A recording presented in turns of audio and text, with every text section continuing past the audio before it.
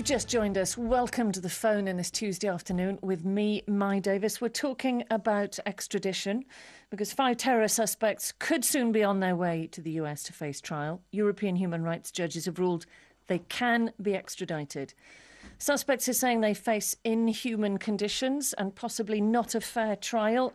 Do you think they've got a point? Would you rather see them tried here, or is it right to send them over to the United States? 03700 100 110 is the number to call. Still with me is Di Davis, a security consultant, former chief superintendent at the Metropolitan Police. Just joining us is Pete Weatherby QC, human rights barrister. Good afternoon to you, Peter. Good afternoon. It's Pete, actually. Pete, I beg your pardon, No Pete. What do you make of this decision?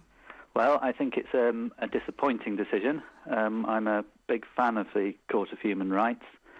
I don't agree with some of the comments that have been made about it in your programme earlier, but I think that on this particular issue, I think it's a disappointing decision, primarily because I think that sentencing somebody to life in prison without the prospect of being paroled is removing the positive aspects of our system. Which is possible in the US but not here. Is that what you're saying?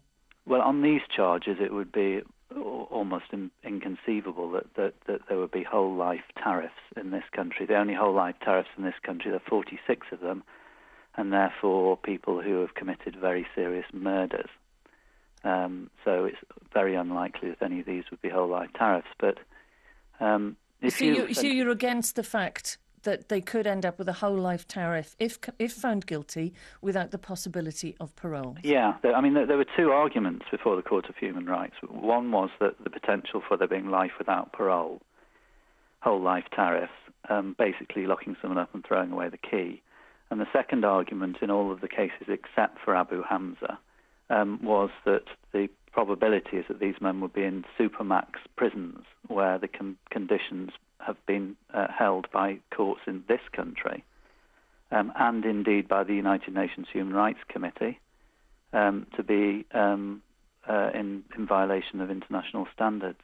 So those are two particularly important issues, and I think they're being overlooked today, and I think it's a disappointing result. We just had Lord Carlisle on the programme. Yeah. I don't know if you managed to hear him. I caught the end of it. Yeah, I asked him, are conditions fair enough in United States prison? Is the trial system fair enough? Yeah. He said he was satisfied. Yes, they're different from here, but conditions are different in every country. Well, I know Lord Carlisle very well, and I admire him greatly, but we have to agree to disagree on this one. His comment that many cases in the Court of Human Rights could properly be dealt with domestically, I think is very questionable indeed. One only has to look at the record. The record in this country isn't terrible, but it's not brilliant in terms of human rights. But would Lord Carlisle like the Russian Federation judges to be the guardians of their own human rights justice in Russia? I would very much doubt that he would. Or in other jurisdictions in Europe, such as Bulgaria, which has also been heavily criticised internationally for its record.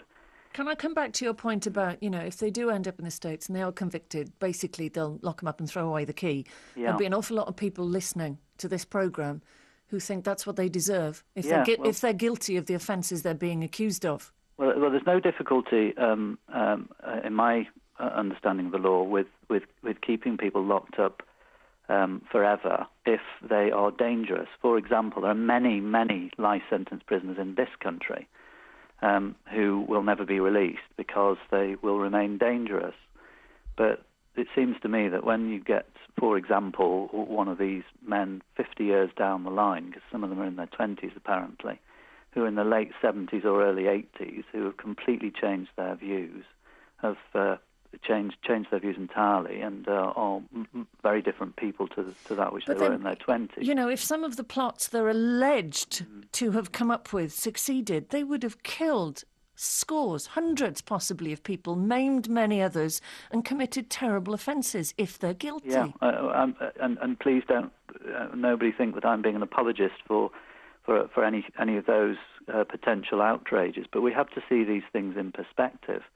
that Babar, for example, as I understand the indictment against him, he's charged with running a website which is effectively glorifying jihad in Chechen area, and also yes, and supporting terrorism through that website. Well, he denies that, but it's a feature of the extradition system that the evidence and information isn't actually before the court, which orders the extradition. So none of us really know what the evidence is. The evidence was presented to the Crown Prosecution Service because this is a British subject, a British citizen. Not all of it, apparently. Well, let me come to that in a moment. He's a British citizen whose all the acts alleged against him are committed in this country. They were website offences. The only connection to the United States, with great respect to Lord Carlisle, as I understand it, is that the server was in America. In the States. Beyond that, the offences relate to other areas of the world, not to America. And it seems to me that it's quite remarkable that the CPS were first of all provided with some evidence and decided there was insufficient evidence to prosecute. For some reason, it appears that the police then provided some evidence they hadn't provided to the CPS, to the Americans, and the Americans have decided to indict him. It seems to me completely crazy that this man's being indicted and potentially tried in the United States. And I pose the question, if he was an American citizen who'd committed all his acts in America to do with a website to do with Chechen and Afghanistan, would the Americans extradite him to the UK to be tried? Of course they wouldn't. That's the big question, isn't it?